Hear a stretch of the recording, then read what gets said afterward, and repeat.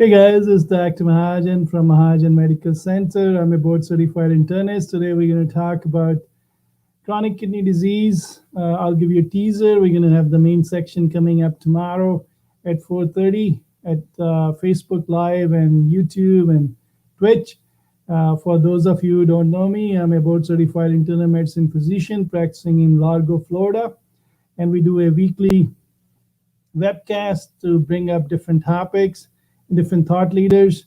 We're very excited. We're going to have Dr. Shetty, who's a renowned nephrologist in our local area who practice uh, nephrology and teaches residents nephrology as well at Largo Medical Center. So he's very uh, well versed in the chronic kidney disease. Um, Let me share uh, the screen with you, and there we go. So that's Dr. Shetty for you. He is a board certified nephrologist, and he serves as assistant professor of medicine uh, when he was before he came to the residency program here at Largo Medical Center, where he serves as a clinical assistant professor with Nova Southeastern University, College of Osteopathic Medicine. Um, Dr. Shetty has wealth of experience with dialysis. He's um, the medical director for the Fresenius Largo Dialysis Unit, and he also has affiliation with DaVita Babe Ruiz Largo. So he's going to bring a lot of knowledge and experience for patients of ours and listeners who wants to get more versed with what is chronic kidney disease when the kidneys start failing, and what can we do to prevent it. What's a good diet, kidney-friendly diet for CKD? What are the various stages? We're going to discuss all that with him. We're going to also discuss why it's important. And here is a figure for you why it's important. If you look at this figure here, it says chronic kidney disease global crisis. 37 million people in the United States has chronic kidney disease. If you look at this picture, which I brought up, it gives you the perspective. As you can see, 1 in 4 women and 1 in 5 men age 65 to 74 has chronic kidney disease. And if you look at the next piece, that's even more disturbing. Age 75 plus, half the people have chronic kidney disease. So that's really a global impact of chronic kidney disease, and it's a silent killer. You don't feel the symptoms till it get late. So we'll talk about the staging. We'll talk about when it reached to the end point, or what we call end-stage renal disease. And then, the question arises, what are the common reasons for chronic kidney disease? And this picture right here in the middle on the screen gives you a brief synopsis: type 2 diabetes or type 1 diabetes, both high blood pressure, congestive heart failure, other heart situation, and then obesity, family history, tobacco use, 60 plus years of age. We talked about that. So it's a serious problem, guys. So it's not something you say, it doesn't happen to me. If you're above age 75, it can happen to you. So, do listen to our program tomorrow, and we'll teach you, how we can avoid it if you don't have it, and if you have it, how we can reduce the progression. And if you reach, God forbid, end-stage renal disease, what are the new and exciting development in the treatment of the end-stage renal disease patients out there.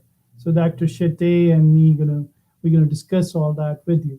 We're gonna also talk today about three-part breathing as part of our weekly program. We discuss topic of common interest, and then I also teach you guys the breathing technique. So the three-part breathing is part of the breathing technique I've taught in the past, and it's a wonderful technique.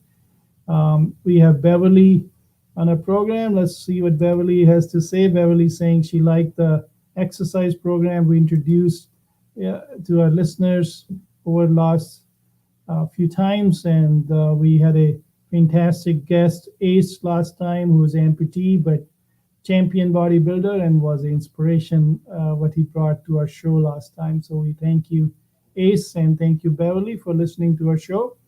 Um, so let's talk about three-part breathing. If you think about it, in day-to-day life, we do shallow breathing, that is intercostal muscles of your chest, and we don't use the two big muscles, which we should recruit, the diaphragm and the abdominal muscles. And three-part breathing, it's very simple, but it helps you start thinking about the diaphragm and the abdominal muscles. The first part is the abdomen, the core muscles, which is a big muscle. We should recruit it to breathe. And then the muscle above that is a huge muscle, the diaphragm. And that's a very important muscle to, if you can start thinking about it, to include in your breathing. That can expand your lungs if you have COPD, if you have congestive heart failure, pulmonary fibrosis, or complication from COVID-19. If you can improve your diaphragmatic contraction, you will expand your lungs, which is the dead spaces in your lung.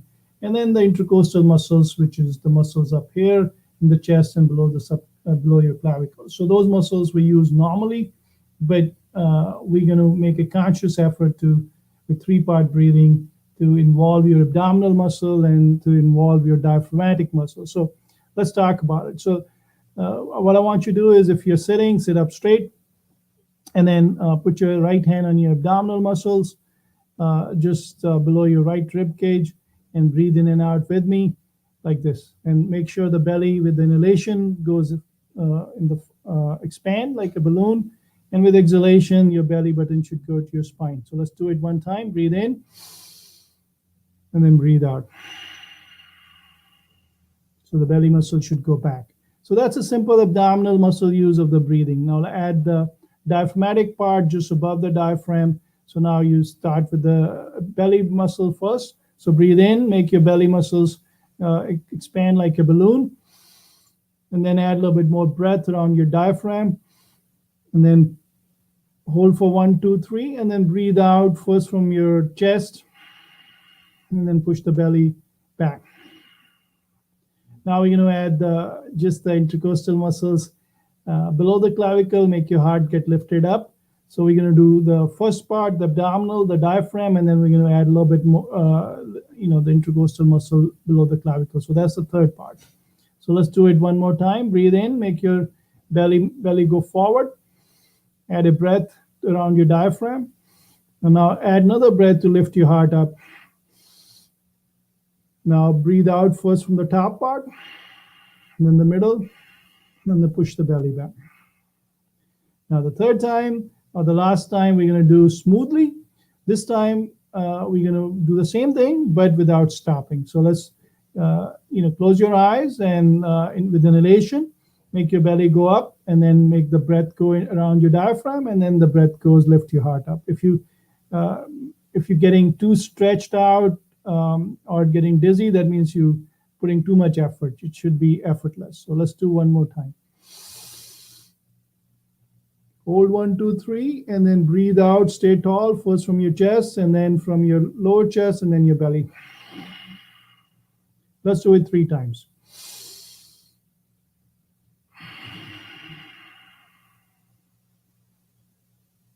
The exhalation should be longer than your inhalation, always. Stay tall, hold 1, 2, 3, breathe out from your chest first, then your belly. Last time. Stay tall, breathe out from your chest first. That's it. You can do it 10 times without getting dizzy, without exerting too much. And then, if you can lay down and bend your knees, then you can pay more attention to different muscles. It will help you expand your lung, make you calmer. You can practice it before you go to bed. It will help you sleep better too. With that, guys, we come to the end of our podcast today, our webcast today.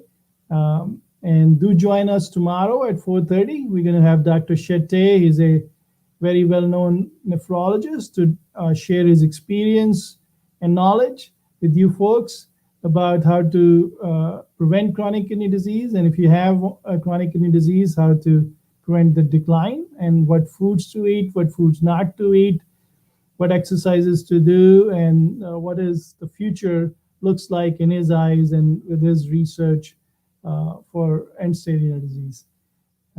Be nice to yourself. Be nice to your fellow human beings. Be nice to the biosphere. Be nice to planet Earth. Namaste. Thank you for tuning in. See you tomorrow.